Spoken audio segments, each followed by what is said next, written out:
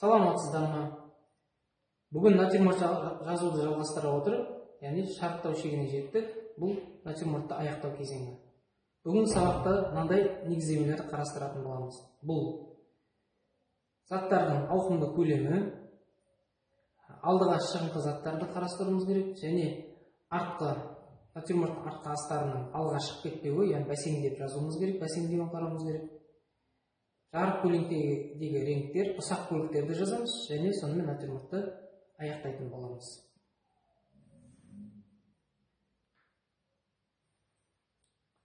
Ұсақ бөліктерді жазып, қаламның ұшымен түзей береміз.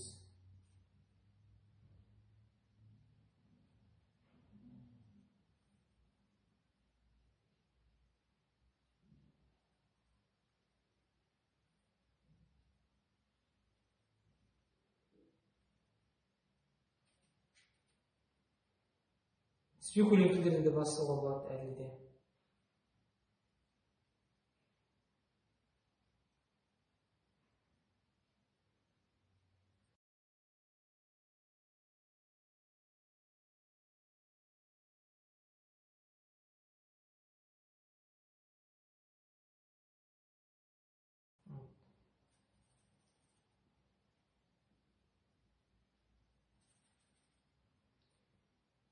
Алмаға да негізгі түстерді қосуға болады.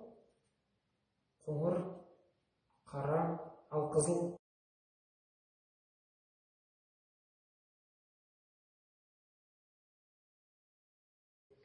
Құмырадан алмаға шағылып тұрған сәттері бар, реңктерді. Солай жазамыз.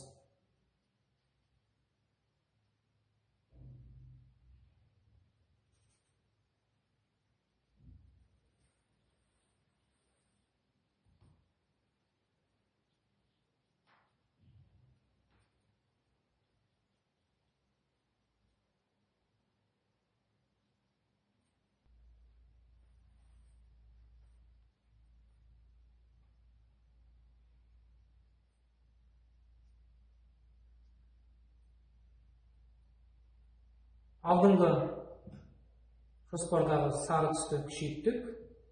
Жарық бөлігі.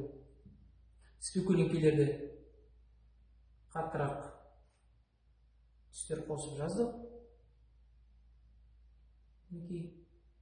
Және ұсақ бөліктерді жазуға болады. Шын аяқты қарап отырсаңдар, бетінде елепс шеңбер тәрізді ұсақ сызықтар бар. Ол сызықтарды қаламның ұшымен көрсетуімізге болады.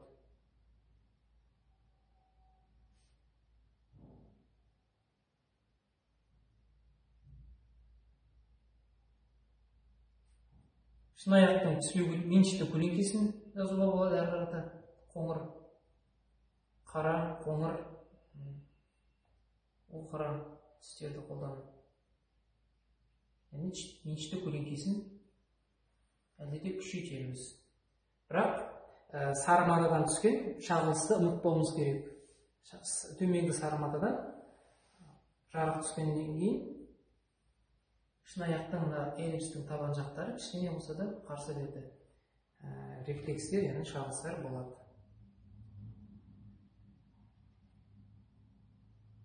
Тағы да құмыраны бір қарап шығамыз. Меншікті көлеңкелері, шағылыстарды, әсіресе әрбір заттың табандарын жазуға болады. Қаттырақ күшейтіп, табандары.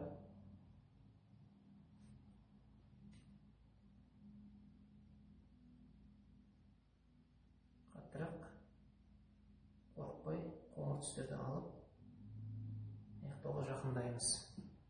Мінекей бүгін міне біздер натюрморттың шарықтау шегіне жетіп келе жатырмыз.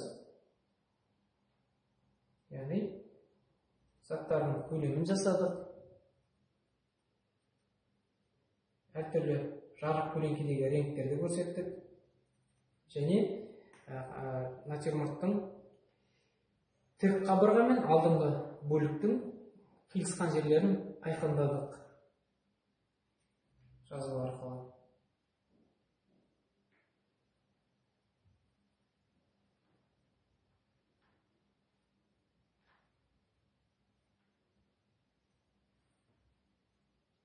Осымен бүгінгі сабағымыз тәмам.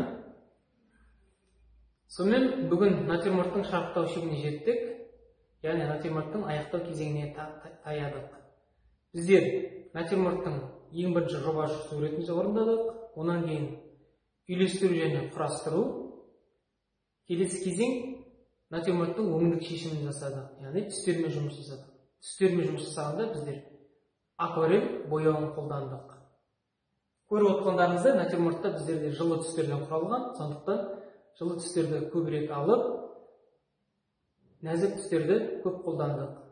Келесі кезең бұл натюрморттың әрбір заттардың көлемін шығару, жарық көлеңкедегі реңдерін жасадық, рефлекстерді көрсеттік. Және соңғы бүгінгі аяқтау кезеңінде ұсақ бөліктерді жазып, натюрмортты ықшамдадық, яғни ауқымды көлемдерін жасап көрсеттік. Сіздерде де солай болды деп ойлаймын. Сәттілік тілеймін. Сау болыңыздар.